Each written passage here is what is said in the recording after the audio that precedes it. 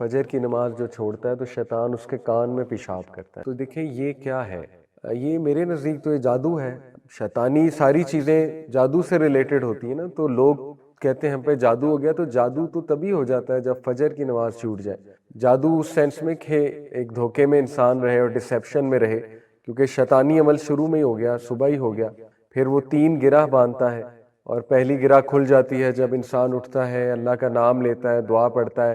دوسری گرہ کھل جاتی ہے جب وہ وضو کرتا ہے. تیسری گرہ کھل جاتی ہے جب وہ نماز ادا کر لیتا ہے. تو یہ گرہ کیا ہے؟ شیطان کی گرہ بھی ایک قسم کا جادو ہی ہے نا. تو بہرحال سوچنے کی بات یہ ہے کہ انسان کہتا ہے میری زندگی ٹھیک نہیں چل رہی، میری زندگی میں برکت نہیں ہے، یا ڈیفیکلٹیز ہیں لائف میں، تو اسے سوچنا چاہیے کہ فجر کی نماز ہی نہیں پڑھ رہا، تو شیطانی عمل تو ہوگا زندگی میں. ٹھیک ہے، ہمارے نبی نے تو بہت کلیئر بتا دیا. تو فجر کی نماز پروٹیکشن ہے، بہت بڑی پروٹیکشن ہے. اور تھرو آؤٹ ہسٹری آپ دیکھیں گے، تھرو آؤٹ ہسٹری جتنی بھی تہذیب آپ کو تہذیبیں ملیں گی، سویلائزیشنز ملیں گی، ان میں صبح میں اٹھنا اور صبح میں اٹھ کے کوئی اسپرچول ایکٹیویٹی کرنا، ایون یوگا کرنا، یہ تو آپ کو ہر طبقے میں ملے گا، ہر اس انسان کی روٹین میں ملے گا جو عقل مند ہے. تو یہ مسلمانوں کو بھی سوچنا چاہیے کہ ہمیں تو سب سے بیسٹ اسپرچول ایکٹیویٹی ملی ہے صبح کے ٹائم پہ، اور وہ نماز ہے، فجر کی نماز. تو اس کو چھوڑنا یہ بہت گھاٹے کا سودا ہے، بہت گھاٹے کا سودا ہے. اور بہت فیئرز ہوتے ہیں لوگوں کے، طرح طرح کے فیئرز ہوتے ہیں. ٹھیک ہے، کہ میری نیند خراب ہو جائے گی، اور اگر میں اٹھ گیا تو میرے سر میں درد ہونا شروع ہو جائے گا اگر میری نیند نہ پوری ہوئی، یا مجھے فلو ہو جائے گا وغیرہ وغیرہ. آن دا کنٹرری آپ فجر کی نماز پڑھیں گے، اللہ آپ کو صحت دے دے گا، آپ کی صحت بہتر ہو جائے گی. ٹھیک ہے، آپ کی انرجی بہتر ہو جائے گی. تو یہ تو فیئر ہے، شیطان یہ فیئرز ڈالتا ہے. بہرحال نبی صلی اللہ علیہ وسلم نے فرمایا، یہ میں آپ کو حدیث بتا چکا ہوں، کہ اگر انہیں فجر اور عشاء کی نماز کے میرٹس پتہ لگ جائیں تو وہ رینگ کر بھی آئیں گے. فجر کے کچھ میرٹس آپ کے سامنے ہیں. سب سے پہلے اللہ کی پروٹیکشن، ڈیوائن پروٹیکشن، یہ صحیح مسلم میں آتا ہے. نمبر 2، فجر کی جو تلاوت ہے، نماز کی تلاوت، وہ فرشتے وٹنس کرتے ہیں. فجر کی نماز کی تلاوت فرشتے وٹنس کرتے ہیں. تو یہ بہت خوبصورت بات، فرشتے آپ کو کھڑا وٹنس کرتے ہیں، آپ کا نام بتاتے ہیں اللہ سبحانہ تعالیٰ کو جا کر واپس. ٹھیک ہے، کہ یہ شخص آیا تھا. حدیث میں آتا ہے کہ جب انسان فوت ہوگا اور اس کی روح کو اوپر لے جایا جا رہا ہوگا، فرشتے آئیں گے اس کی روح کو اوپر لے کر جائیں گے، اگر تو نیک روح ہے. ٹھیک ہے، تو فرشتے بڑی خوبصورت شکلوں میں آئیں گے اور سفید لباس پہنا ہوگا، اس کی روح کو پہلے آسمان پہ، دوسرے آسمان پہ، 7 آسمان تک لے جائیں گے. ہر آسمان پہ کھڑے فرشتے اس کو سلام کریں گے اس کا نام لے کر. اب اسکالرز یہ کہتے ہیں کہ نام کیسے پتہ ہے فرشتوں کو؟ ٹھیک ہے، جیسے مثال کے طور پہ آپ میں سے کوئی عبداللہ ہے، عبداللہ کا نام لے کے سلام کیا جائے گا. آپ میں سے کوئی فاطمہ ہے، فاطمہ کا نام لیا جائے گا کہ سلام ہو آپ پر. اب اسکالرز کہتے ہیں فرشتوں کو نام کیسے پتہ ہے آپ کے؟ اسی طرح پتہ ہے، جو بندہ فجر پڑھتا ہے اس کا نام پتہ ہے فرشتوں. جو بندہ نیک اعمال کر رہا ہے تو فرشتے لے جاتے ہیں نا اس کے عمل اللہ کی طرف، منڈے اور تھرسڈیز کو حدیث میں آتا ہے. تو فرشتوں کو پتہ ہے یہ بندہ کون ہے، کیونکہ عمل پہ نیم ٹیگ لکھا ہوتا ہے. تو فرشتوں کو پتہ ہے یہ وہی روح آ گئی ہے جو یہ عمل کرتی تھی، تو دے نو یور نیم. تو یہ بڑی سعادت کی بات ہے. ٹھیک ہے، کہ فرشتے وٹنس کرتے ہیں آپ کے اس عمل کو، فجر پہ کھڑے ہونے کو. اور تیسرا، بلیسنگز ان لائیولیہڈ. نبی صلی اللہ علیہ وسلم کی دعا لگی ہے اس شخص کو جو فجر کی نماز ادا کرتا ہے. نبی صلی اللہ علیہ وسلم نے فرمایا، اے میرے رب، میری امت کو برکت دے ہر اس چیز میں جو وہ صبح کے وقت کرتے ہیں. تو صبح کے وقت نماز سے سٹارٹ ہوتی ہے روٹین. تو اللہ کے نبی کی دعا لگی ہے اس انسان کو جو فجر کی نماز پڑھتا ہے. ٹھیک ہے، اس کے بعد کنفرم وے ٹو پیراڈائز. نبی صلی اللہ علیہ وسلم نے فرمایا جو کوئی بھی 2 ٹھنڈی نمازیں پڑھتا ہے، ٹھنڈی نمازیں کون سی ہیں؟ فجر اور عصر، ول گو ٹو پیراڈائز. عصر ٹھنڈی نماز اس سینس میں کہ اس ٹائم پہ پھر شام ہو رہی ہوتی ہے تو دھوپ ڈھل رہی ہوتی ہے. ٹھیک ہے، تو ٹھنڈی نماز. تو نبی صلی اللہ علیہ وسلم نے فرمایا جو کوئی بھی فجر اور عصر کی نماز پڑھے گا شیورلی اسے جنت ملے گی، اللہ تعالیٰ اسے جنت میں داخل کرے گا. تو دیکھیں یہ بہت خوبصورت احادیث ہے، موٹیویشن ہے فجر پر اٹھنے کی. اسی طرح ایک اور موٹیویشن ہے، وہ یہاں پر مینشن نہیں، میں آپ کو بتا دیتا ہوں. اللہ کے نبی صلی اللہ علیہ وسلم نے فرمایا بشارت دے دو ان لوگوں کو جو اندھیرے میں فجر کی نماز پڑھنے جاتے ہیں، کیونکہ قیامت والے دن ان کے پاس لائٹ ہوگی. آپ کو پتہ ہے یہ کیا موقع ہے لائٹ والا؟ قیامت میں میدان حشر میں کچھ جو ہے نا وہ فیزز ہیں، وہ فیزز میں آپ کے سامنے رکھتا ہوں کوئکلی. سب سے پہلا فیز جب اللہ ہم سب کو اٹھائے گا، مردوں میں اللہ تعالیٰ روح رکھے گا، دوبارہ سے اٹھائے گا سب کو. تو سب سے پہلے سٹینڈنگ ہے، لوگ بہت دیر تک کھڑے رہیں گے یعنی پہلے وہ چلیں گے میدان حشر کی طرف، ایک دم سے بوکھلا کر یہ کیا ہو گیا، ہمیں کس نے اٹھا دیا، اور چل کر وہ میدان حشر کی طرف جائیں گے اور وہاں جا کے وہ بہت دیر تک کھڑے رہیں گے. اور پھر سیکنڈ جو فیز ہے وہ ہے حوض کوثر. اللہ سبحانہ تعالیٰ حوض کوثر لائیں گے اور نبی صلی اللہ علیہ وسلم وہاں موجود ہوں گے. جو لوگ پیاسے ہیں بہت زیادہ، اور سبھی پیاسے ہوں گے، کھڑے رہ رہ کے انہیں پیاس بہت لگی ہوگی، سورج بہت قریب آیا ہوگا، ان لوگوں کو حوض کوثر سے پانی پلایا جائے گا.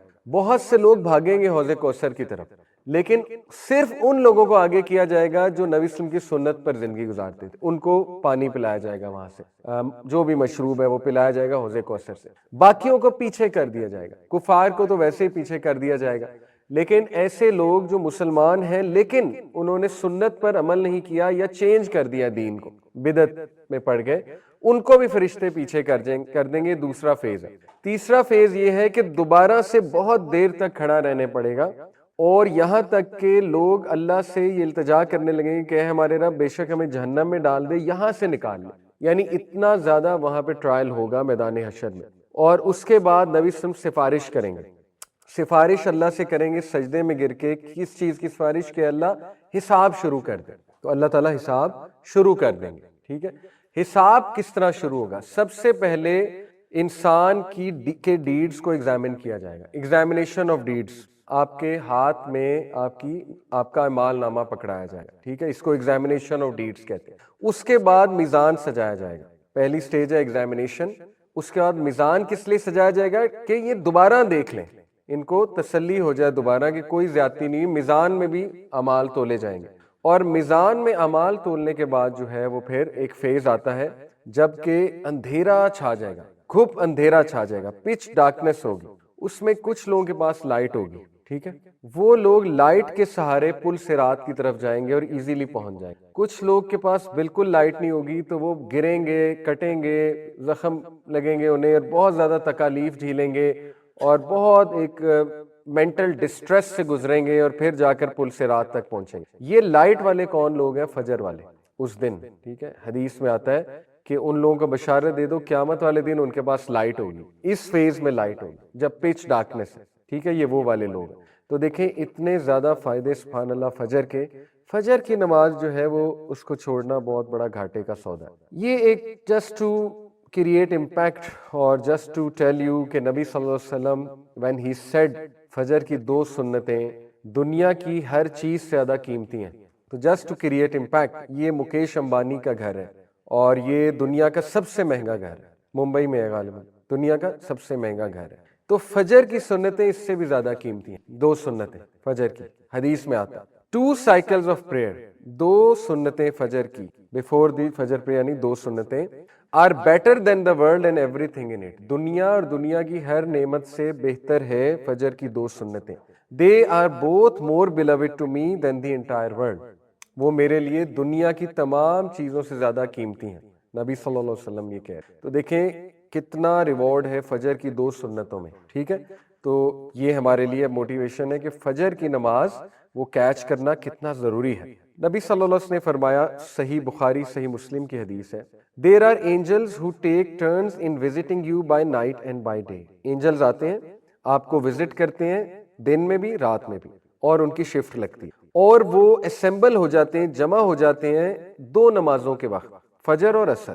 وہ لوگ وہ اینجلز جنہوں نے تمہارے ساتھ رات بتائی ہوتی ہے، رات کے وقت وہ آسمان کی طرف جاتے ہیں اپنے رب کی طرف، اور اللہ سبحانہ تعالیٰ ان سے پوچھتے ہیں کہ تم نے میرے بندوں کو کس سٹیٹ میں پایا. وہ کہتے ہیں کہ ہم نے جب انہیں چھوڑا تو وہ نماز ادا کر رہے تھے، اور جب ہم ان کی طرف گئے تو وہ نماز ادا کر رہے تھے. چھوڑا کب؟ یہ عصر کے شام کے ٹائم. اور آئے کب؟ فجر کے ٹائم.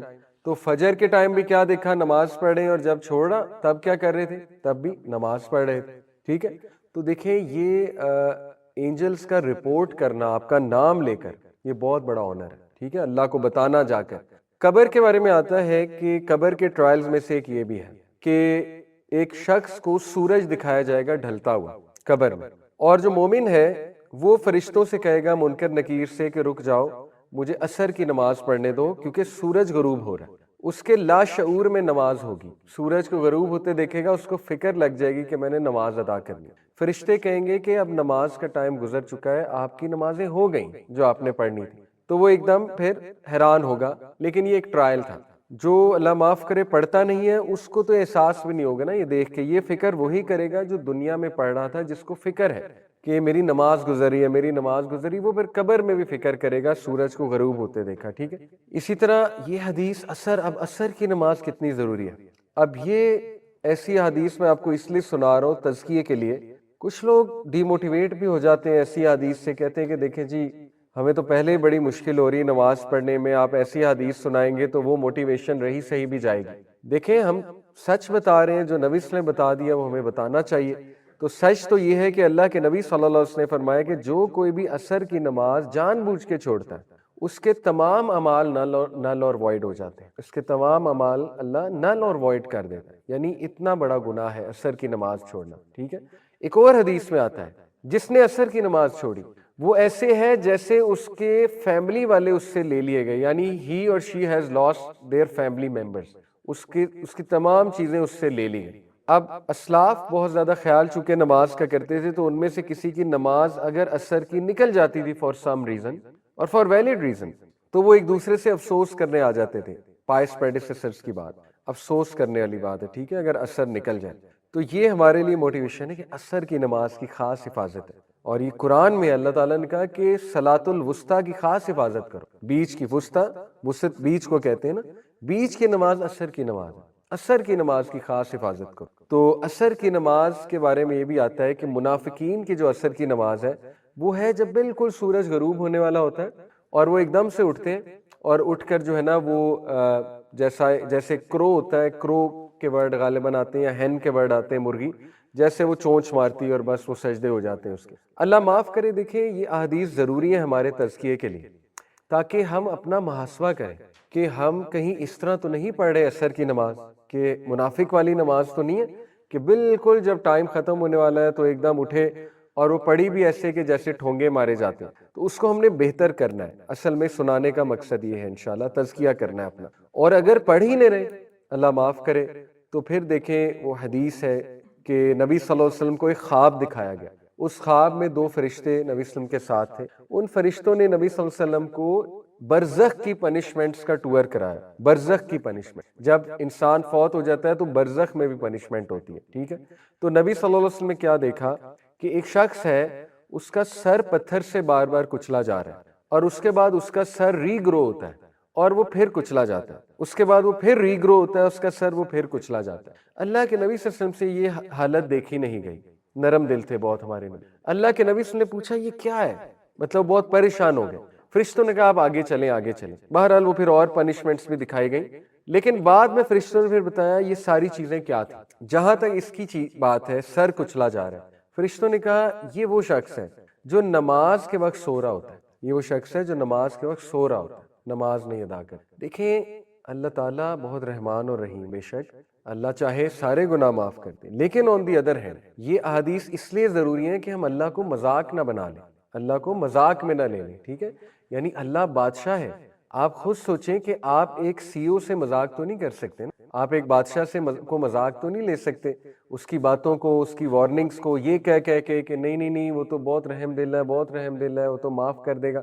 معاف کر دے ایک الگ بات ہے، لیکن آن دی ادر ہینڈ انجام بھی بتا دیا گیا، تو اس انجام سے پناہ مانگنی چاہیے اور اپنا تزکیہ کرنا چاہیے اور موٹیویشن لینی چاہیے کہ اگر ہم نمازوں کے ٹائم پہ سو رہے ہیں تو ہمیں اس حدیث سے اپنا تزکیہ کرنا ہے۔ یہ ہے مقصد ایسی حدیث کا۔ یہ حدیث نبی صلی اللہ علیہ وسلم نے فرمایا جو کوئی بھی اپنے آپ کو پیوریفائی کرتا ہے وضو کر کے گھر میں، اور پھر اللہ کے گھر کی طرف جاتا ہے، مسجد کی طرف جاتا ہے ایک فرض نماز ادا کرنے، تو ہر ایک قدم پہ اس کا ایک گناہ معاف ہوتا ہے اور دوسرے قدم پہ اس کا درجہ بلند ہوتا ہے۔ درجہ کہاں بلند ہوتا ہے؟ جنت میں۔ دیکھیں اللہ نے فیکٹری لگائی ہے گناہ معاف کرنے کی، وضو کیے گناہ معاف، مسجد کی طرف جا رہے ہیں گناہ معاف ہو رہے ہیں، نماز پڑھ رہے ہیں گناہ معاف ہو رہے ہیں، نماز کے بعد بیٹھ کے ذکر کر رہے ہیں گناہ معاف ہو رہے ہیں، اور کیا چاہیے؟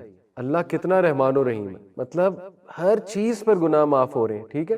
تو یہ بھی ہمارے لیے بہت زیادہ موٹیویشنل حدیث ہے اور بہت خوبصورت حدیث ہے کہ جتنا پیدل چل کے جائیں گے اتنا ثواب ہے۔ سبحان اللہ، بڑی اچھی بات ہے، تو واک بھی ہو جائے گی اور ثواب مل رہا ہے، ایک ایک قدم پہ ثواب مل رہا ہے، گناہ معاف ہو رہا ہے اور اللہ تعالیٰ ایلیویٹ کر رہا ہے آپ کے رینک کو۔ اب دیکھیں کئی لوگ ہیں جن کی زندگی میں کوئی ڈیفیکلٹی آتی ہے، مسئلہ چل رہا ہوتا ہے، سمپل فارمولا، ان کو چاہیے کہ وہ اعمال کرنا شروع کر دیں جو اللہ کو پسند ہے، اللہ کے فیورٹ بن جائیں، انشاءاللہ مسائل کو اللہ سنبھال لے گا، سمپل فارمولا ہے۔ تو یہ ہے وہ اعمال جو اللہ کے فیورٹ ہے، مسجد میں واک کر کے جانا، بیٹھنا مسجد میں جا کر، ذکر کرنا نماز کے بعد، یہ تو اللہ کے فیورٹ اعمال ہیں، تو ان کو آپ اپنا لیں انشاءاللہ، صدقہ خیرات کریں، چیریٹی کریں، علم کے ساتھ جڑ جائیں، کلاسز میں آنا شروع کریں، یہ سارے اعمال اللہ کے فیورٹ اعمال ہیں، انشاءاللہ اللہ تعالیٰ آسانی پیدا کرے گا آپ کی لائف میں۔ اوکے، یہ صحیح حدیث ہے ترمذی کی اور ابو داؤد کی، میں نے آپ کو سنائی۔ نبی صلی اللہ علیہ وسلم نے فرمایا کنوے گلیڈ ٹائڈنگ، بشارت دے دو کن کو، جو چل کر واک کر کر مساجد کی طرف جاتے ہیں ڈارکنیس میں، اور یہ عورتوں پہ بھی اپلائی ہوتی ہے، عورتیں گھر میں پڑھتی ہیں انشاءاللہ ان پہ بھی اپلائی ہوتی ہے کیونکہ وہ بھی ڈارکنیس میں اٹھتی ہیں، ٹھیک ہے۔ For they will be given full light on the day of resurrection, full light دی جائے گی انہیں قیامت والے دن، اس فیز میں جب لائٹ کی بہت اشد ضرورت ہو۔ صحیح بخاری کی حدیث، اللہ کے نبی صلی اللہ علیہ وسلم نے فرمایا اینجلز، ملائکہ تمہارے لیے دعائیں کرتے ہیں ایز لانگ ایز تم اس جگہ پر بیٹھے رہتے ہو جہاں پہ تم نے نماز پڑھی، یعنی مصلی پر، اور بیٹھ کر وضو کی سٹیٹ میں، اور بیٹھ کر ذکر کرتے رہتے ہو۔ فرشتے کیا کہتے ہیں؟ اے اللہ اسے معاف کر دے، اے اللہ اسے معاف کر دے، اے اللہ اسے معاف کر دے۔ دا quickest way to get فارگیون from اللہ از دس، کفارات 3 ہیں۔ کفارات ہوتے ہیں ایسے اعمال جن سے گناہوں کا کفارہ ہوتا ہے، حدیث میں مینشن۔ پہلا کفارہ ہے کفارات میں سے وہ شخص جو سردی کے موسم میں وضو کرے، اللہ اس کے گناہ مٹا دے، فرشتے اس کے لیے استغفار کرتے ہیں۔ کفارات سے مراد ہے جب فرشتے آپ کے لیے دعا کرتے ہیں، ٹھیک ہے۔ وہ شخص جو سردی میں ڈیفیکلٹی میں وضو کرتا ہے، چاہے گرم پانی سے کرے لیکن ڈیفیکلٹی تو ہے نا، ٹھنڈے سے تو اور ڈیفیکلٹ ہے، لیکن یہ نہیں کہ بیمار ہو جائے۔ اب یہ نہیں کہ جان بوجھ کے بندہ ٹھنڈے سے وضو کرنا شروع کر دے کہ میرے کفارات ہوں گے، ایسا نہ ہو بیمار ہو جائے، اسلام جو ہے وہ اس کا بھی قائل نہیں ہے۔ بہرحال سردی میں وضو کرے، ان شارٹ یہ ہے، تو فرشتے اس کے لیے کفارات کی دعائیں کرتے ہیں کہ اللہ اس کے گناہ معاف کر۔ ایک یہ ہے کہ جو وہاں پر بیٹھ کر کرتا ہے، تیسرا بھی میرے ذہن سے نکل گیا، بہرحال ہم سے ریلیونٹ یہ 2 ہیں، ٹھیک ہے، جو مصلی پر بیٹھ کر استغفار کرتا ہے۔ اب دیکھیں اس کو آپ اپنی لائف میں لے کر آئیں، پتہ نہیں کیا جلدی ہوتی ہے، اکثر میں بھی کرتا ہوں ایسے، اللہ معاف کرے، ہم اٹھ جاتے ہیں اور اٹھ کر پیچھے دیکھنے لگ جاتے ہیں، سلام پھیرتے ہی دوسروں کی نماز بھی خراب کرتے ہیں، جو بیچارے پیچھے لیٹ آئے ہیں پڑھ رہے ہیں ان کو ٹاپ کے گزرتے ہیں، ٹھیک ہے نا۔ تو پتہ نہیں ہمیں کیا جلدی ہوتی ہے، میرا نہیں خیال کوئی اتنا ضروری کام ہوتا ہے کہ وہاں سے فوراً اٹھ جایا جائے، تو بیٹھ کر تھوڑا سا ذکر کر لینا چاہیے تاکہ فرشتے انشاءاللہ ہمارے لیے دعا کریں، اور ذرا ٹائم گزارنا چاہیے وہاں پر بیٹھ کر، ٹھیک ہے، تبھی فائدہ ہے، تبھی وہ روحانی فائدہ نماز کا انشاءاللہ آپ کو تبھی ہوگا۔ اوکے، نیکسٹ حدیث صحیح بخاری صحیح مسلم کی، اللہ کے نبی صلی اللہ علیہ وسلم نے فرمایا اس ذات کی قسم جس کے ہاتھ میں میری جان ہے۔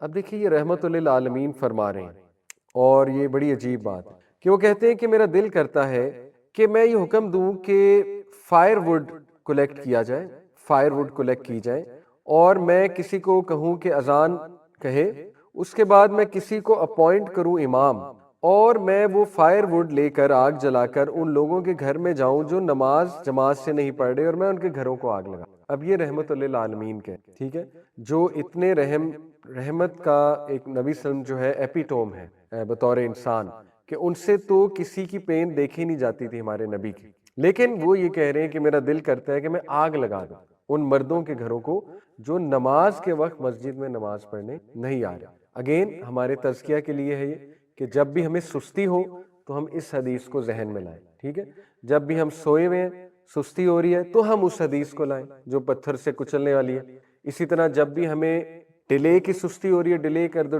تب ہم وہ حدیث ذہن میں لائیں، منافق کی نماز۔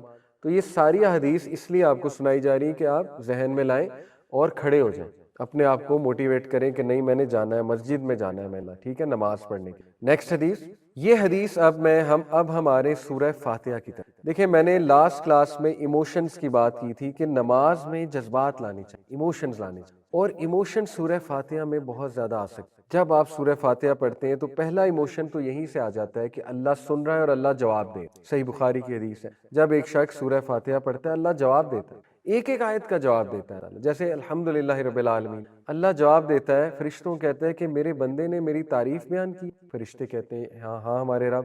پھر الرحمن الرحیم، اللہ کہتا ہے کیا یہ اکنالج کر رہا ہے کہ میں الرحمن و الرحیم ہوں؟ فرشتے کہتے ہیں جی. تو اس طرح اللہ جواب دیتے ہیں ایک ایک آیت کا. تو یہاں سے آپ ایموشنز لا سکتے ہیں، ٹھیک ہے.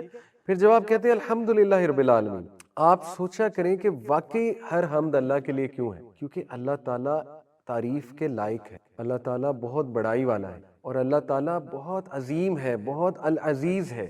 تو اسی طرح آپ کے الرحمن الرحیم فیل کیا کریں، اللہ واقعی کتنا رحمان، کتنا رحیم ہے، کتنے چانسز دیتا ہے آپ کو، کتنا لینینٹ ہے، کتنی محبت کرتا ہے آپ سے، ٹھیک ہے.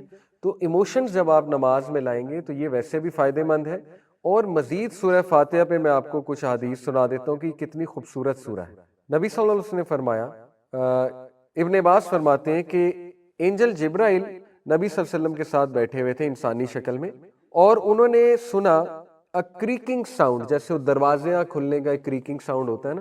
تو جبرائیل السلام نے اپنے سر کو بلند کیا اور اوپر دیکھا، اور پھر انہوں نے کہا کہ this is a door of heaven that has been open today and it has never been open before today, کہ آج یہ آسمان کا ایک دروازہ کھلا ہے جو آج سے پہلے کبھی نہیں کھلا. اور پھر ایک فرشتہ وہاں سے جو ہے ڈسینڈ کیا، اس کا نزول ہوا اس فرشتے کا وہاں سے.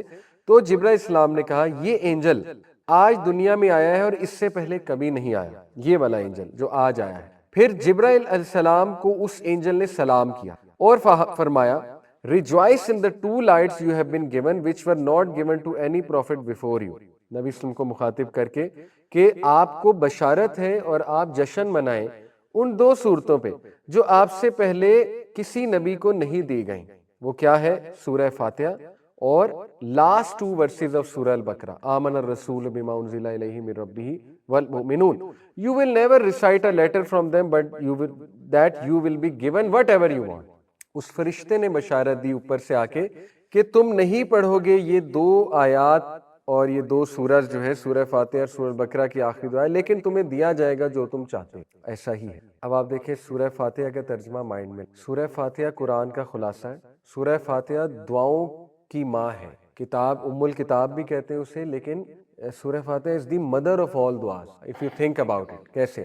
سب سے پہلے آپ اللہ کی حمد بیان کر رہے ہیں الحمدللہ رب العالمین، پھر آپ اللہ کو واسطہ دے رہے ہیں اس کے نام کا. یہ بیسٹ دعا ہوتی ہے، پہلے حمد بیان کی جائے پھر واسطہ دیا جائے اللہ کو. کس چیز کا واسطہ ہے؟ الرحمن الرحیم. پھر ایک اور واسطہ ہے مالک یوم الدین، ایکنالجمنٹ ہے کہ اللہ آپ ہی ہیں مالک یوم الدین. پھر کیا ہے؟ ایاک نعبد و ایاک نستعین، عاجزی کہ اللہ ہم آپ ہی کی عبادت کرتے ہیں، آپ ہی سے مدد مانگتے ہیں اور کہاں جائیں، مطلب آپ ہی کا سہارا ہے ہمیں. ٹھیک ہے، یہ ہے بیسکلی یہ انکساری اور عاجزی. پھر آپ وہ چیز مانگتے ہیں جو دنیا کی بیسٹ چیز، اہدنا الصراط المستقیم. اب سوچیں جب آپ یہ کہہ رہے ہیں نماز میں اہدنا الصراط المستقیم، تو یہ ساری باتیں لایا کریں. اے اللہ اتنی فرقہ واریت ہے، اتنے سیکٹس ہیں، اے اللہ اتنے ازمز اور سکزم ہے، اتنی کنفیوژنز ہیں، اے اللہ اتنی ڈسٹریکشنز ہیں، میں بھٹک نہ جاؤں، میں ڈسٹریکٹ نہ ہو جاؤں، ٹھیک ہے، میں نمازیں نہ چھوڑ دوں، میں دنیا کے پیچھے نہ لگ جاؤں. کتنا کچھ سوچا جا سکتا ہے. سب سوچے لا کر آپ کہیں اہدنا الصراط المستقیم، ایک جملہ، اے اللہ سیدھی رستے، اسٹریٹ رستے پر مجھے چلانا. صراط الذین، یہ اس سے بھی اگلی آیا اس سے بھی خوبصورت ہے، صراط الذین انعمت علیہم، ان لوگوں کے رستے جن پر آپ نے اپنا انعام کیا. آپ نے بتا بھی دیا اللہ کو کہ کس رستے پہ انعام کن لوگوں پہ، ابراہیم السلام، اسماعیل السلام، نوح علیہ السلام، عیسیٰ السلام، موسیٰ علیہ السلام، یعقوب علیہ السلام، یوسف علیہ السلام، رسول اللہ صلی اللہ علیہ وسلم، صحابہ. یعنی اتنی جامع دعا آپ مانگ رہے ہیں. آپ سوچیں آپ مانگ کیا رہے اللہ سے کہ اللہ جو انعامات ان لوگوں پہ کیے تھے مجھ پر بھی فرما دے. ان لوگوں پہ کیا کیا انعامات تھے؟ وہ ہدایت یافتہ، ان کی اولاد ہدایت یافتہ تھی، ان کی زندگیوں میں سکون تھا، ان کی زندگیوں میں ہدایت تھی، ان کی زندگیوں میں صراط مستقیم تھا، کلیرٹی تھی. ٹھیک ہے، یہ سب آپ اللہ سے مانگ رہے ہیں. تو عورتیں سوچا کریں اللہ سے کیا مانگ رہی ہیں، صراط الذین انعمت علیہم، حضرت مریم کا راستہ، حضرت آسیہ کا راستہ، حضرت خدیجہ کا راستہ.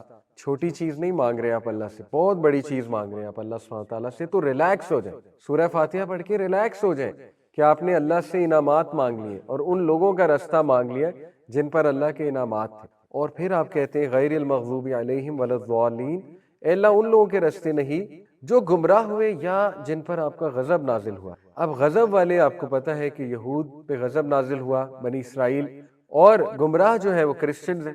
تو اس میں ایک نقطہ ہے، کرسچنز کی گمراہی کی وجہ اگنورنس تھی اور جوز کی گمراہی کی وجہ ایروگینس تھی، تو آپ اللہ سے ایروگینس اور اگنورنس دونوں کی پناہ مانگ رہے ہیں، ٹھیک ہے، بہت جامع بات، ایروگینس سے بھی پناہ مانگ رہے ہیں اللہ، اور اگنورنس سے بھی ہم آپ کی پناہ چاہ رہے ہیں۔ تو یہ اتنی جامع دعا ہے سورہ فاتحہ، اس میں سب کچھ آ جاتا ہے، سب کچھ آ جاتا ہے اس میں، ٹھیک ہے۔ اسی لیے اسلاف جب دعا شروع کرتے تھے، کئی اسلاف ہیں جو سورہ فاتحہ سے آگے نہیں جاتے دعا میں، 2-2 گھنٹے سورہ فاتحہ مانگتے رہتے تھے، 2-2 گھنٹے سورہ فاتحہ پڑھتے رہتے، ایسی مثالیں ملتی ہیں، سورہ فاتحہ پڑھ کے ساری دعائیں ان کی قبول ہو جاتی، ٹھیک ہے، اتنی جامع ہے سورہ فاتحہ۔ اسی طرح کئی اسلاف درود ابراہیمی سے آگے نہیں جاتے۔ ایک صحابی نبی صلی اللہ علیہ وسلم کے پاس آئے، کہا یا رسول اللہ دعا میں کتنا درود پڑھوں؟ ابھی میری دعا میں 1/4 پورشن درود ہوتا ہے، یعنی اگر میری دعا لیٹ سے 5 منٹ کی تو 5 منٹ کا 1/4 کیا ہوا؟ 1.25 منٹ یا 1 منٹ، تقریباً 1 منٹ درود پڑھتا ہوں۔ 1 منٹ میں بندہ کتنے درود پڑھ لیتا ہے؟ 7-8 بار، ٹھیک ہے۔ نبی صلی اللہ علیہ وسلم نے کہا بڑھا دو۔ نیکسٹ ٹائم آیا، کہا یا رسول اللہ اب میرے دعا میں ہاف ٹائم درود ہوتا ہے۔ نبی صلی اللہ علیہ وسلم نے کہا بڑھا دو۔ پھر کہا یا رسول اللہ اب 75% درود ہوتا ہے۔ نبی صلی اللہ علیہ وسلم نے کہا بڑھا دو۔ پھر آیا تو کہا یا رسول اللہ میں تو پڑھتا ہی درود ہوں دعا میں۔ اللہ کے نبی نے کہا اگر یہ صحیح ہے تو اللہ تیری تمام دعائیں ویسے ہی قبول کر دے گا، کانٹیکس یہ حدیث، تیری مشکلیں دور کر دے گا، تجھے ریلیف دے دے گا ہر مسئلے سے۔ درود ابراہیمی اور سورہ فاتحہ یہ سیکرٹ کوڈ ہے دعا کا، ٹھیک ہے۔ اسی لیے میں آپ کو بتا رہا ہوں، جن کو پتہ ہے دعا کا صحیح فلسفہ، وہ تو سورہ فاتحہ اور درود ابراہیمی سے آگے نہیں جاتے تھے، ہمارے اسلاف کی بات کر، کیونکہ دے نیو کہ یہ پڑھ کے سارے کام ویسے ہی ہو جانے، ٹھیک ہے۔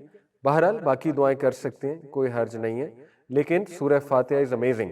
سورہ فاتحہ جو ہے یہ شفا بھی ہے سورہ فاتحہ میں، اپنے بیماروں پہ، مریضوں پہ سورہ فاتحہ پڑھو، حدیث ہے نبی صلی اللہ علیہ وسلم کی، تو اٹ از امیزنگ سورہ فاتحہ جو ہے۔ اس کے بعد یہ حدیث بھی بہت خوبصورت ہے، نبی صلی اللہ علیہ وسلم جو ہے، انس بن مالک کہتے ہیں کہ اللہ کے نبی صلی اللہ علیہ وسلم کے ساتھ میں ایک جرنی پر تھا، اور and he descended from his riding animal as a man among his companions are walking by his side۔ Prophet صلی اللہ علیہ وسلم اس کی طرف مڑے اور کہا کیا نہ میں تمہیں بتاؤں گریٹسٹ آف دا قرآن، سب سے عظیم چیز قرآن کی؟ فرمایا الحمدللہ رب العالمین، یہ قرآن کی سب سے گریٹسٹ ورس، گریٹسٹ۔ تو سورہ فاتحہ وی آر گفٹڈ، کسی نبی کو نہیں ملی سورہ فاتحہ، یہ آ رہا ہے حدیث میں، آیا نا، ایک اینجل نے آ کے بتایا آپ سے پہلے کسی نبی کو نہیں ملی، یہ آپ کے لیے گفٹ ہے، آپ کی امت کے لیے خاص گفٹ ہے سورہ فاتحہ۔ ایک اور حدیث اسی طرح کی ہے، اللہ کے نبی صلی اللہ علیہ وسلم نے ان کا ہاتھ پکڑا، یہ صحابی ہیں، shall I not teach you the greatest chapter in the Quran before you leave the mosque؟ نبی نے ان کا ہاتھ پکڑ لیا اور کہا did you not say that you would teach me the greatest؟ یہ صحابی نے کہا کہ یا رسول اللہ آپ نے کہا تھا بتائیں گے، تو بتائیے۔ تو نبی صلی اللہ علیہ وسلم نے کہا الحمدللہ رب العالمین which are the of 7 oft repeated verses in the great Quran given to me۔ تو اس سورہ فاتحہ کے بارے میں حدیث۔ اسی طرح یہ حدیث ابی بن کعب وہ رپورٹ کرتے ہیں، نبی صلی اللہ علیہ وسلم نے فرمایا how do you recite in prayer؟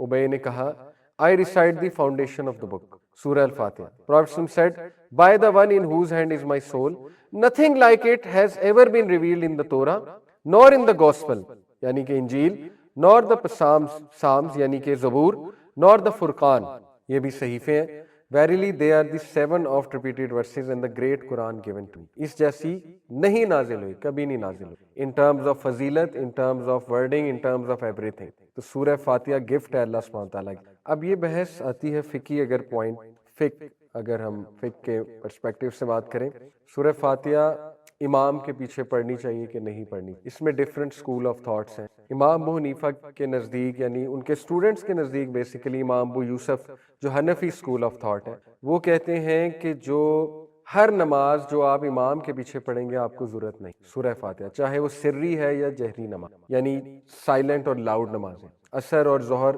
Silent نمازیں، باقی 3 لاؤڈ نمازیں۔ وہ کہتے ہیں کسی بھی نماز میں آپ نہ پڑھو، امام کی ہی سورہ فاتحہ آپ کی سورہ فاتحہ، یہ حنفی اسکول آف تھاٹ ہے۔ باقی امام مالک کا جو اسکول آف تھاٹ ہے وہ یہ ہے کہ لاؤڈ نمازوں میں نہ پڑھیں اور سائلنٹ نمازوں میں پڑھیں، ٹھیک ہے، یہ امام مالک کا اسکول۔ امام شافعی اور امام احمد بن حنبل دونوں کا اسکول آف تھاٹ ہے کہ پڑھنی ہے، اور کب پڑھنی ہے اصل میں وہ پھر اماموں کی بھی ٹریننگ وہی کرتے ہیں۔ امام شافعی کے اسکول آف تھاٹ میں امام کو چاہیے کہ سورہ فاتحہ بہت ٹھہر ٹھہر کے پڑھے، اور آپ نے جو شافعی امامز ہیں، کبھی آپ عرب کنٹریز میں گئے ہیں تو وہ سورہ فاتحہ اسی طرح پڑھتے ہیں، جیسے الحمدللہ رب العالمین کے بعد وہ سائلنٹ ہو جاتے ہیں 3-4 سیکنڈ کے لیے، کیوں؟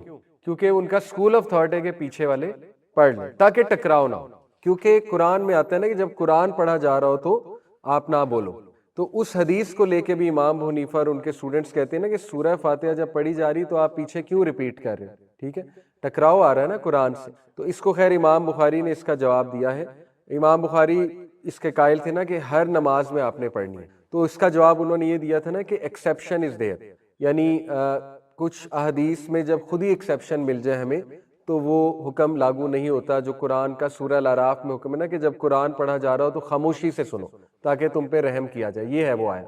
تو وہ یہ کہتے ہیں کہ دیکھیں سورہ فاتحہ اس کی ایکسیپشن ہے کہ وہ آپ نے پڑھنی ہے امام, لیکن اس کا بیسٹ طریقہ ہے کہ امام, اس کے دو طریقے, ایک امام شافعی والا کہ امام خود ٹھہر ٹھہر کے پڑھے. پاکستانی مساجد میں کچھ امام ہیں ٹھہر ٹھہر کے پڑھتے ہیں, آپ نے نوٹ کیا ہوگا, شاید وہ اسی لیے اس طرح کرتے ہیں کہ پیچھے کچھ لوگ اگر پڑھ رہے ہیں تو وہ ساتھ پڑھ لیں.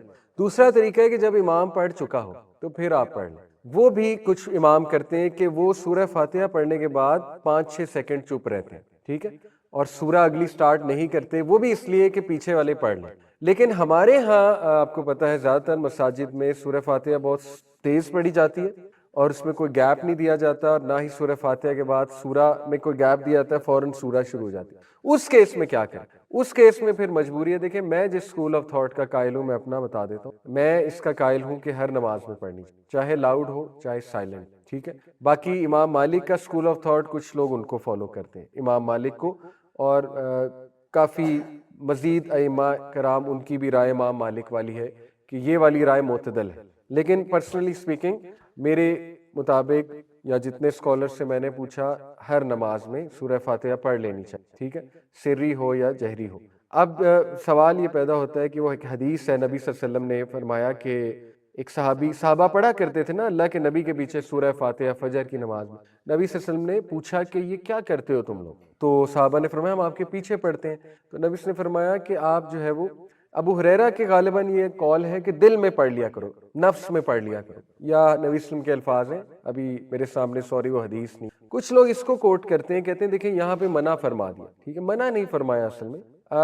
نفس, یہ جو اسکالرز اس کے قائل ہیں کہ امام کے پیچھے آپ نے پڑھنی, وہ یہ کہتے ہیں کہ یہاں جو نفس سے مراد ہے نفس میں پڑھ لیا کرو, اس سے مراد ہے محاورتاً آہستہ پڑھ لیا کرو, اونچی نہ پڑھا کرو کہ امام نہ ڈسٹرب ہو. یہ بات ہے. منع جو فرمایا گیا تھا وہ یہ تھا کہ اونچی نہ پڑھو تاکہ امام نہ ڈسٹرب. نفس کے اندر پڑھو سے مراد ہے آہستہ پڑھا کرو. اس سے یہ مراد نہیں ہے کہ دل میں, دیکھیں نا اگر دل میں پڑھنا ہے تو پھر باقی نماز بھی آپ دل میں پڑھیں, پھر امام کے پیچھے آپ سبحان ربی الاعلیٰ بھی نہ کہیں, پھر تو یہ بھی بات بنتی ہے نا, وہ بھی پھر دل میں کہیں. اس طرح پھر آپ اتحیہ بھی نہ پڑھیں, وہ بھی امام کے پیچھے پڑھیں. اور پھر آپ خود سوچیں کہ جماعت میں تو نماز پڑھنی ہے. According to, with all due respect, امام ابو حنیفہ کا جو اسکول آف تھاٹ ہے, according to Hanafi school of thought, اگر آپ ساری عمر باجماعت نماز پڑھیں, اس کا مطلب آپ نے فرض نماز میں سورہ فاتحہ کبھی پڑھی نہیں, تو یہ تو ویسے بھی بات عجیب نہیں لگتی کہ اگر آپ فرض نماز پڑھ رہے ہو, ہاں جو 4 رکعت ہے اس میں بعد میں بھی نہیں پڑھنی آپ نے کیونکہ وہ سائلنٹ ہو گیا, تو تب بھی نہیں پڑھنی کیونکہ وہ بھی امام کے پیچھے آپ کی بھی ہو رہی. اس کا تو مطلب ہے کہ آپ نے ٹیکنیکلی سورہ فاتحہ کبھی پڑھی ہی نہیں فرض نماز میں, تو یہ تو عجیب لگتا ہے اگر جماعت سے پڑھی ہے. اس لیے میرے خیال میں کہ وہ ویو ویک ہے, وہ ویک بھی ہے اور رسک بھی ہے بہت بڑا. تو آج جو معتدل اوپینین ہے وہ ایک امام مالک کا کہا جاتا ہے, اور سیفسٹ اوپینین آئی بلیو یہ ہے کہ آپ پڑھ لیں, اور انشاءاللہ اللہ نوز کہ آپ پڑھنا چاہ رہے ہیں تو امام کے پیچھے آپ پڑھ لیں. اب امام گیپ نہیں دے رہا تو اس سے ریکویسٹ کی جا سکتی ہے مے بی امام سے کہ اگر آپ موقع دیں ہم پیچھے آپ کے پڑھ لیں, امام کو فیڈ بیک دی جا سکتی ہے. لیکن میرے خیال میں سورہ فاتحہ جو ہے وہ پڑھ لینی چاہیے. تو یہ ایک فقہی پوائنٹ اس کے بارے میں, سورہ فاتحہ کے بارے میں جو ہے وہ ہمیں ملتا ہے. تو باقی انشاءاللہ آگے کی جو نماز ہے اس کو ہم ٹرانسلیشن کے ساتھ انشاءاللہ پڑھیں گے, سیکھیں گے. جو رکوع ہے اس کا مطلب کیا ہے, سبحان ربی العظیم, پھر سمیع اللہ لمن حمیدہ کا کیا مطلب ہے, اور اس کے بعد جب آپ سجدے میں جاتے ہیں تو سبحان ربی الاعلیٰ کا کیا مطلب ہے, اور کیا اور دعائیں بھی پڑھی جا سکتی ہیں سجدے میں. یہ بھی ایک فقہی پوائنٹ ہے کہ اور دعائیں پڑھی جا سکتی ہیں کہ نہیں پڑھی جا سکتی ہیں. پہلی تو بات, فرض نماز میں اردو میں دعا نہیں کی جا سکتی, نہ کسی اور لینگویج میں, عربی میں ہی کرنی ہے فرض نماز, ٹھیک ہے. باقی یہ کہ آپ مزید دعائیں بالکل کر سکتے ہیں, قرآنک دعاز بھی کر سکتے ہیں سجدے میں فرض نماز میں, لیکن بہتر یہ ہے کہ وہ کریں جو اللہ کے نبی نے سکھائی ہیں. وہ 7-8 دعائیں سبحان ربی الاعلیٰ 3 بار. آڈ ٹائمز از بیٹر, 3, 5, 7, 9, کیونکہ اللہ کو وطر پسند ہے, آڈ پسند ہے, ٹھیک ہے. اس کے بعد سبحانک اللہم ربنا و بحمدک اللہم اغفر لی, یہ سکھایا. یہ 1 بار بھی ٹھیک ہے, 3 بار بھی ٹھیک ہے, 5 بار بھی ٹھیک ہے. اسی طرح سجدے میں اللہم اغفر لی ذنبی کلہ دکہ. قرآن کا مقصد کیا ہے اور قرآن ہماری کیا یاد دہانی کراتا ہے, اور قرآن ہمارے لیے کتنا بڑا اینٹیڈوٹ ہے, اسپیشلی آج کے دور میں, ویسے تو ہر دور میں, لیکن ظاہر ہے کہ جس دور سے آج ہم گزر رہے ہیں, اگر آپ ایک نظر دوڑائیں, ہماری جو یوتھ ہے نا آئیڈینٹی کرائسس میں ہے لٹرلی, اور جس طرح ان کی تربیت ہو رہی ہے نا یونیورسٹیز سے بھی اور گھر سے بھی انفارچونیٹلی, اور جس طرح ویسٹرن مغربی ویسٹرن نیریٹو ہم پہ مسلط کیا جا رہا ہے, تو ہماری آئیڈینٹی بہت ڈینجر میں ہے, بہت ڈینجر میں ہے. ٹرسٹ می, ہمارے نوجوانوں کی آئیڈینٹی بہت ڈینجر میں ہے. کل کو آپ نے کارپوریٹ سیکٹر میں جانا ہے, جابز کرنی ہے, لوگوں سے منسلک ہونا ہے, مختلف قسم کی ذہنیت کے لوگ آپ کو ملیں گے. بہت چانس ہے کہ ہمارا ایمان جو ہے وہ ڈیمیج ہو, اور بہت چانسز ہیں کہ ہمارا عقیدہ ڈیمیج ہو, ہماری کریڈ ڈیمیج ہو. جو کریڈ ماں باپ کو بچپن سے بنانی چاہیے تھے بچے کی, انفارچونیٹلی وہ نہیں بنائی. آج ہو کیا رہا ہے کہ ہمارا جو بچہ جب بڑا ہوتا ہے, یونیورسٹی میں جاتا ہے, پھر کارپوریٹ سیکٹر میں جاتا ہے, وہ سارا وہ فلسفہ گھول کر پی چکا ہوتا ہے. جو فلسفہ ایکچولی جس کے خلاف مذہب آیا تھا اور جس کے خلاف رسول اللہ صلی اللہ علیہ وسلم نے اسٹیٹس کو چیلنج کیا تھا, وہ سارا فلسفہ ہم گھول کر پی چکے ہوتے ہیں. اس کے بعد جب دین ہمارے سامنے آتا ہے نا, اور قرآن کی آیات ہمارے سامنے آتی ہے, اور مقصد حیات ہمارے سامنے آتا ہے, تو یا تو ہم ڈپریس ہو جاتے ہیں کہ یار یہ کیا ہے, یہ کیسے ہو گیا ایک دم, جب ہماری آنکھیں کھلتی ہیں کہ یہ کیا بات ہوئی, یا پھر ہم اس کا انکانشیسلی انکار کر دیتے ہیں کہ یہ تو کوئی بہت ہی مشکل چیز ہے, ایسا تو نہیں ہو سکتا, ایسا کیسے ہو سکتا ہے. وجہ کیا ہے کہ ہم نے بجائے کہ قرآن کو لینس بنانے کے, ہم نے اپنے دنیاوی نیریٹو کو لینس بنایا. اب اس لینس کے مطابق ہم مذہب کو بھی پرکھتے ہیں, دین کو بھی پرکھتے ہیں, اس کے مطابق ہم حدیث کو بھی پرکھتے ہیں, اس کے مطابق ہم صحیح اور غلط کو بھی پرکھتے ہیں. جب کوئی حدیث مزاج کے مطابق مل جائے, ہم کہتے ہیں یہ اسلام ہے. جب کوئی حدیث مزاج کے خلاف, سائیکالوجی کے خلاف جائے, تو ہم اس کو چیلنج کرنے لگ جاتے ہیں. ہم پھر سوچتے ہیں کہ یار پتہ نہیں یہ بات کیسے ہو سکتی ہے, تو سمجھ میں آنے والی نئی بات ہے. قرآن کی جب بہت ایسی آیات سامنے آئیں جو ہمارے فائدے کی آیات ہیں, ہم کہتے ہیں یہی اسلام ہے, عین اسلام یہی ہے. لیکن جیسے ہی قرآن میں حلال اور حرام کا ذکر آنا شروع ہو, قرآن میں ایسی باتیں جو ہمیں شیک کریں, جالٹ کریں, اندر سے ویک اپ کال دیں, پھر ہم سوچ میں پڑ جاتے ہیں, ڈاؤٹ میں آ جاتے ہیں کہ یار ایسا کیسے ہو سکتا ہے. آج یہی خطرہ, یہ جو مینٹالٹی ہے نا کہ ہم اپنی سائیکالوجی کے مطابق دین کو بھی دیکھ رہے ہیں, یہ بہت بڑا شرک ہے. یہی مسٹیکس پرانی امتوں نے کمٹ کی تھی کہ وہ اپنی سائیکی کے مطابق, اپنی نفسیات کے مطابق ہر چیز دیکھنا چاہتے تھے. یہی بنی اسرائیل کی سب سے بڑی مسٹیک تھی. آج ہم بھی وہی کر رہے ہیں. ہمارے سامنے نبی کا کوئی حکم آتا ہے, ہم کہتے ہیں یہ تو بہت سخت بات ہے, نبی تو ایسی بات کر ہی نہیں سکتا, یہ تو عقل کو ہی نہیں لگتی, تو لاجک کو نہیں لگتی, یہ تو مولویوں نے بات بنائی ہوئی ہے. وداؤٹ ڈوئنگ اینی ریسرچ, ہم میں سے کتنوں کو سورسز آف شریعہ پتہ ہے. اگر میں اپنی کلاس میں مطلب اکثر اسٹوڈنٹ سے پوچھتا ہوں, وہ لیول کو پڑھاتا ہوں میں, کہ سورسز آف شریعہ کیا ہوتی ہیں, اگر تو اسلامیت میں پڑھا ہے جواب دے دیتے ہیں, ادروائز یہ بھی نہیں پتا سورسز آف شریعہ ہے کیا. قرآن نمبر 1, حدیث نمبر 2, اس کے بعد آثار صحابہ کے اقوال نمبر 3, اجماع نمبر 4, کنسنسس, اجماع کیا ہوتا ہے یہ بھی نہیں ہم نے اتنا پڑھا, قیاس نمبر 5, اجتہاد نمبر 6, عرف نمبر 7, عرف کسٹم آف سوسائٹی, کسٹم بھی دیکھا جاتا ہے لیکن وہ لیسٹ ہے. اگر کوئی معاملہ قرآن سے نہیں سمجھ آ رہا ہے, حدیث کی طرف ریفر کریں. حدیث سے بھی نہیں آپ کو سمجھ آ رہا ہے, یعنی کہ آپ سمجھتے ہیں کہ اس پہ علماء کی رائے لینی چاہیے, تو آپ صحابہ کے اقوال پڑھیں, صحابہ کی تفسیر کی طرف جائیں. تفسیر ابن کثیر صحابہ کی تفسیر, ابن عباس کی تفسیر, صحابہ سے بھی چلیں, آپ کو سم ہاؤ ایک میٹر نہیں نظر آ رہا. آپ اجماع دیکھیں, امت کا اجماع کس پہ, کنسنسس کس پہ, انٹلیکچوئلس کا. مثال کے طور پہ پردے کے ایشو کو لے لیں. پردے کا ایشو میں اجماع کہاں پر ہوا ہوا ہے؟ علماء کا اجماع. علماء سے مراد ہے تمام مکاتب فکر کے علماء کا اجماع. کنسنسس دیکھیں کہ پردہ کیا ہوتا ہے, عورت کا پردہ کیا ہے, مرد کا پردہ کیا ہے, یہ ایشو ہے کیا پردے کا, حجاب کیا ہوتا ہے. وہاں سے بھی نہیں سمجھ آ رہا ہے. ایک چیز قیاس کی جا سکتی ہے, کوئی نیا مسئلہ درپیش آ گیا, اس میں قیاس ہوگا. جیسے ڈرگز کا معاملہ ہے, پہلے یہ ڈرگز کے نام ہم نے نہیں سنے جو آج کل ہم سن رہے ہیں, تو کیا یہ حرام ہے حلال ہے, قیاس ہوگا. قیاس ہوتا ہے انالوجی, ایک چیز کے ساتھ جو چیز ویل ڈیفائنڈ ہے اس کے ساتھ انالوجی کریٹ کر کے ایک چیز کو پرکھا جاتا ہے, دیکھا جاتا ہے, علماء کا کام ہے. کوئی بہت بڑا نیا مسئلہ آ گیا, اس میں اجتہاد ہوگا, جیسے آرگن ڈونیشن, ایک بندہ مرنے سے پہلے اپنی آنکھیں ڈونیٹ کر سکتا ہے کہ نہیں کر سکتا ہے, اس کے لیے اجتہاد ہوگا. برائلر چکن حلال ہے حرام ہے, اس کے لیے اجتہاد ہوگا. اگر چکن جو ہے اس کو آپ ذبح کرنے کی بجائے مشین پہ ڈالتے ہیں اور وہ مشین جو ہے وہ ٹکا ٹک ذبح کر رہی ہے, ایک ہوتی ہے نا مشین کہ ہر کسائی ہائر کرنا پڑے گا, تو مشین سے ذبح کر دیتے ہیں, حلال ہے حرام ہے, اجتہاد ہوگا. اوکے, ڈاکٹرز جو ہیں MBBS والے وہ ڈیڈ باڈی کو اسٹڈی کر سکتے ہیں کہ نہیں کر سکتے ہیں, اس کے لیے انہیں دل نکالنا پڑے گا ڈیڈ باڈی کا, کیا یہ ڈیڈ باڈی کی تصحیح ہے یا جائز ہے, اس پر اجتہاد ہوگا. تو اجتہاد ان معاملات پہ ہوتا ہے. اور پھر اینڈ میں عرف بھی دیکھا جاتا ہے کہ ایک معاشرے کا عرف کیا ہے. اب یہ ساری سورسز آف شریعہ کو چھوڑ کے ہماری سورس آف شریعہ سب سے پہلے عقل, کہ مجھے صحیح لگتی ہے کوئی چیز کہ نہیں لگتی ہے. عقل تو ہے ہی نہیں کہیں سورس آف شریعہ میں, کیونکہ عقل سب کی مختلف ہے. آج ہم جتنی ڈیبیٹس فیس بک پہ کر رہے ہوتے ہیں, کس بیسس پہ؟ عقل کی بیسس, کہ نہیں میرے خیال میں یہ بات.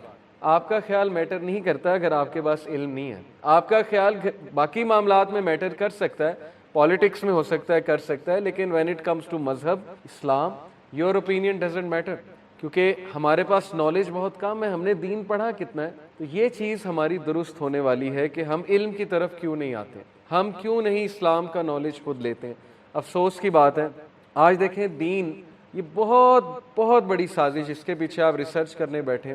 آج دین جو ہے وہ انفارچونیٹلی, میں کچھ کسی کو برا نہیں کہنا چاہتا, لیکن انفارچونیٹلی وہ لوگ دین پڑھا رہے ہیں جن کی اپنی ایموشنل انٹیلیجنس بہت کم ہے, یا جن سے یوتھ ریلیٹ نہیں کر پاتی. میں کسی کو نہیں ٹارگٹ کرنا چاہ رہا, نہ مدارس کو کہنا چاہ رہا ہوں, نہ قاری صاحب کو کہنا چاہ رہا ہوں, لیکن انفارچونیٹلی بات یہ ہے کہ ہمارا یہ کہیں نہ کہیں کانسیپٹ بن گیا تھا کہ جو بچہ بیکار ہے اس کو دین پڑھاؤ, اور جو بچہ انٹیلیجنٹ ہے اس کو جو ہے وہ دنیا پڑھاؤ, تاکہ وہ دنیا میں بہت آگے جائے. تو یہ کانسیپٹ کس نے چینج کرنا ہے؟ یہ ہم نے ہی چینج کرنا ہے. ہم یہی کہتے ہیں, دیکھیں اگر میری کسی مدرسے کے طالب علم سے بات ہوتی ہے, میں اسے کہتا ہوں آپ فزکس کیوں نہیں پڑھتے, آپ نے بہت پڑھ لیا دین. اب اگر آپ ابھی بھی کہو گے نا کہ میں نے مسجد میں جانا ہے اور بس ایک خطبہ دینا ہے, تو اس لیے دین نہیں پڑھا تھا. رسول اللہ صلی اللہ علیہ وسلم جو ہے وہ نبوت جب آئی تو اللہ نے کہا کم فانذر, اٹھو ڈراؤ, جاؤ سوسائٹی میں جاؤ, معاشرے میں جاؤ, معاشرے میں جا کے دین پریزنٹ کرو, پریکٹیکل امیج پریزنٹ کرو. اس لیے نہیں تھا کہ بس ایک مسجد میں بیٹھ جاؤ اور لوگ تمہارے پاس آئیں گے اور لوگ بس تمہارے پیچھے آ کے نماز پڑھیں گے. یہ پرپز نہیں تھا دین کا. اس کا یہ مطلب نہیں مسجد میں امام نہیں ہونا چاہیے یا مسجد کا امام بننا بری بات ہے, ایسی کوئی بات نہیں. بہت یہ نوبل پروفیشن ہے, پروفیشن کہوں یا ذمہ داری کہنا چاہیے. لیکن یہ کس نے کرنا تھا؟ اگر آپ لوگ اپنے کلاس فیلوز کو دین نہیں وٹنس کرا سکتے, اور انہوں نے وہی وٹنس کرنا ہے جو پہلے سے وٹنس کرتے آ رہے ہیں آپ کے کریکٹر کے تھرو بھی, تو پھر کیا آپ نے جو ہے نبی صلی اللہ علیہ وسلم سے وفاداری کی؟ پھر میں نے کیا وفاداری کی؟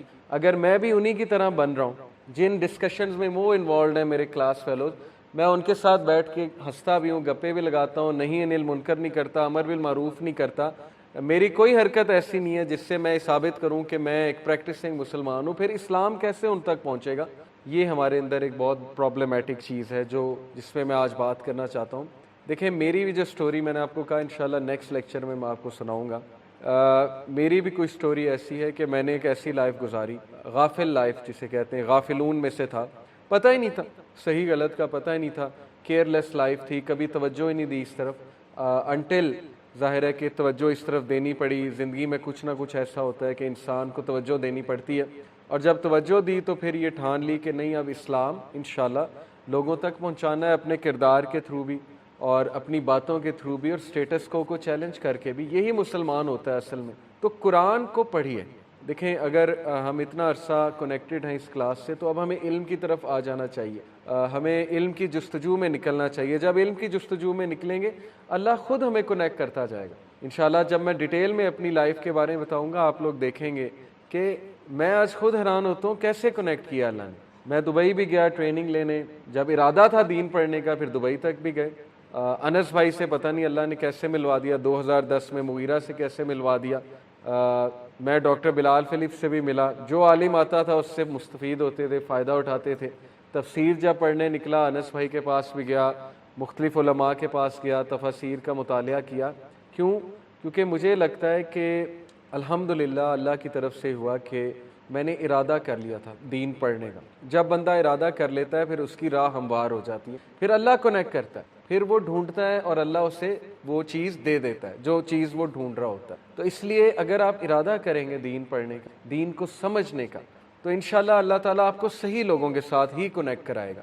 اسپیشلی اگر آپ نماز میں اہدینا الصراط المستقیم بہت نیت کے ساتھ کہتے, اس کا ترجمہ ہے نا ہمیں صراط مستقیم پہ چلا, تو ایسا کیسے ہو سکتا ہے اللہ آپ کو جو ہے وہ صراط مستقیم کی جگہ غلط راستے پہ چلائے گا جبکہ آپ اس سے مانگ رہے ہیں کہ صراط مستقیم مجھے دے. تو یہ آپ لوگوں کا کام ہے, یوتھ کا کام ہے. آپ جیسے پڑھے لکھے لوگ اگر دین نہیں پڑھیں گے تو پھر یاد رکھیں کہ دین کو جو ریپرزینٹ کرنے والے لوگ ہیں ظاہر ہے انہیں پھر اس نظر سے نہیں دیکھتے عام لوگ, لیکن آپ لوگ کو ظاہر ہے کہ اس نظر سے دیکھتے ہیں کہ یہ چلتا پھرتا ہم جیسا عام بندہ ہے, اگر یہ دین کی بات کوئی کر رہا ہے تو اس کا مطلب ہم بھی دین پڑھ سکتے ہیں. اس کا مطلب دین کوئی سپرفیشل چیز نہیں ہے, ہم نے سپرفیشل بنا دی نا, ہم نے صحابہ کے کریکٹر کو سپرفیشل بنا دیا ہے کہ عام آدمی سوچتا ہے کہ یہ میں تو پہنچ ہی نہیں سکتا, میرا تو ہے ہی نہیں, تعلق ہی کوئی نہیں ہے. اندر وہ یہی سوچتا ہے, واہ واہ بہت کرتے ہیں لیکچر سن کے, لیکن اندر اندر یہی سوچ رہے ہوتے ہیں میرا تو ان سے کوئی تعلق نہیں. میرا آئیڈیل وہی ہے جیف بوسن, کیونکہ میرا تعلق پیسے کمانے سے, سکسیس سے ہے. سکسیس کا جو ہم نے ایک وہ امیج بنا دی ہے سوسائٹی میں کہ سکسیس از اے لیڈر, اس لیڈر کو کلائم کرنا ہے, دیٹ سکسیس. حالانکہ سکسیس میں لیٹرل گروتھ بھی ہوتی ہے, لیٹرل سے مراد ہے رائٹ اینڈ لیفٹ. ہم نے صرف ایک گروتھ رکھی اوپر, اس لیے ہر ماں باپ جو ہے وہ بچے کو فجر کے لیے نہیں اٹھاتا لیکن ٹیوشن بھیجنے کے لیے صبح بھی اٹھا دیتا ہے. کیوں؟ کیونکہ اسے پتا ہے اوپر جانا ہے, فرسٹ آنا ہے. فرسٹ سے نیچے اگر آئے 90% سے اگر نیچے آئے تو بس یہ خاندان میں بدنامی ہو جائے گی, کیونکہ سکسیس کی ڈیفینیشن یہ اوپر جانا ہے. تو اوپر جانا سکسیس نہیں ہوتا ہے, رائٹ لیفٹ اور آگے پیچھے لیٹرل گروتھ بھی ہوتی ہے سکسیس کی. یہ ہمیں غلط کانسیپٹ سکسیس کا دیا, اور یہی چیز ہمیں اپنے روزمرہ کے رویے میں, روزمرہ کی حرکات میں نظر آتی ہے. ہر بندہ آگے نکلنا چاہتا ہے, ہر بندہ. ٹریفک کے اشارے پہ کوئی نہیں کھڑا ہونا چاہتا, ہر بندہ دوسرے کو بائی پاس کرنا چاہتا ہے. ہر بندہ چاہتا ہے میں اس سے پہلے آ جاؤں, میں فرسٹ آ جاؤں, میں کہیں پیچھے نہ رہ جاؤں. اور اس جستجو میں آپ دیکھ لیں آج ہم نے کیسا معاشرہ جو ہے کریٹ کر دیا, اور آہستہ آہستہ ہمارا معاشرہ بہت تباہی کی طرف اللہ نہ کرے چلا جائے. تو یہ چیزیں آپ لوگوں نے تبدیل کرنی ہے. سکسیس کی ڈیفینیشن آپ لوگوں نے سمجھنی ہے, مفلحون کی ڈیفینیشن, اس کو ایکٹ کرنا ہے, اس کو ایکٹ کر کے دکھانا ہے. اور اسلام ایز اے ضابطہ حیات آپ لوگوں نے دکھانا ہے. جب تک آپ لوگ یونیورسٹی میں جا کے نہیں دکھا سکتے کہ بھئی میں دکھاتا ہوں, میں یونیورسٹی کا اسٹوڈنٹ ہوں, اسکول کا اسٹوڈنٹ ہوں, میں تمہیں پروو کرتا ہوں کہ یونیورسٹی میں نظر جھکائی جا سکتی, اس کے لیے کوئی راکٹ سائنس نہیں ہے, میں پروو کر کے دکھاؤں گا. آپ جاب پہ ہیں, آپ پروو کر کے دکھائیں, میں آپ کو پروو کر کے دکھاتا ہوں کہ اپوزٹ جینڈر سے کیسے بات کرتے ہیں, رسپیکٹفلی بات کرتے ہیں, اسلامی اسلوب سے بات کرتے ہیں. یہ آپ نے پروو کرنا ہے. آپ میں سے کسی کو مثال بننا ہوگا. میں بتاتا ہوں, میں دکھاتا ہوں کہ آج کے دور میں بھی بچا جا سکتا ہے پورن سے. میں بچ کے دکھاتا ہوں, میں اس میں اپنے آپ کو جو ہے مثال بناتا ہوں, پیش کرتا ہوں. تو یہ مسئلہ پتہ ہے کیا ہے, شیطان چونکہ ہمارا دشمن ہے, بہت بڑا دشمن ہے, اور اگر میں کسی کا دشمن ہوں نا تو میں دو طرح سے اس پہ اٹیک کروں گا. جیسے کنٹریز کسی دوسری کنٹری کو گرانا ہوتا ہے نا, دو طرح سے اٹیک کرتے ہیں. مار تو سکتے نہیں, ظاہر ہے ڈائریکٹ جنگ تو کر نہیں سکتے, ایک ول پاور توڑتے ہیں, دوسرا اس کی سورسز کاٹتے ہیں, اس دوسری کنٹری کی, اس کی اکنامک سورس, اس کی پولیٹیکل سورس, اس کے سارے سہارے چیک کرتے ہیں, ایک ایک کو کاٹتے ہیں. شیطان آج ہمارے ساتھ یہی کہہ رہا ہے. ایک وہ ہماری ول پاور توڑ ہے. ول پاور کیسے توڑ ہے؟ نیگیٹو سیلف ٹاک سے کہ تو بیکار ہے, تو کسی کھاتے میں نہیں ہے, تو کر ہی نہیں سکتا, تو بچ ہی نہیں سکتا, تو ایڈکٹ ہے, تو بیکار ہو چکا ہے. لوگ اپنے آپ کو ای میلز مجھے کرتے ہیں, اتنی لینگویج انہوں نے نیگیٹو یوز کی ہوتی ہے, مجھے دکھ ہوتا ہے کہ یار یہ اشرف المخلوقات اکارڈنگ ٹو ہیئر, جیسے لاسٹ کلاس میں نے بات کی تھی کہ کمپیئر ٹو کریشن آن دس ارتھ اشرف المخلوقات, یہ بات کر رہا ہے جس کو اللہ نے فرشتوں کو کہا تھا کہ سجدہ کرو. کیا یہ ایک انسان کی ٹون ہو سکتی ہے؟ بڑے دکھ کی بات ہے کہ وہ ول پاور ہی توڑ بیٹھا اپنی. وہ یہ کہہ رہا ہے کہ میں ختم ہو گیا ہوں, میں بچ ہی نہیں سکتا. تو یہ شیطان ہے جو آپ کی ول پاور توڑنا چاہتا ہے, جو آپ کو یہ پروو کرنا چاہتا ہے کہ تو نہیں کر ہی نہیں سکتا, تو اس جوگا ہی نہیں ہے. پہلی بات. دوسری بات, وہ آپ کی سورسز کاٹتا ہے, ہر طرح کی سورس, اور سب سے بڑی سورس ہے اللہ. وہ آپ کو اللہ سے دور کرتا ہے آہستہ آہستہ. پہلے نمازیں چھڑوا کے, پھر یہ کہ نمازوں کے حوالے سے دل میں ایک تنگی سی بنا کے کہ یار نماز کیوں میں پڑھوں, سستی سی ہوتی ہے نماز پڑھنے کے حوالے سے, اٹھا نہیں جاتا, نماز پڑھی نہیں جاتی. پھر اللہ سے جو ایک آدھی دعا آپ کر رہے تھے ہفتے میں وہ بھی جاتی ہے, اللہ سے تعلق ہی کوئی نہیں.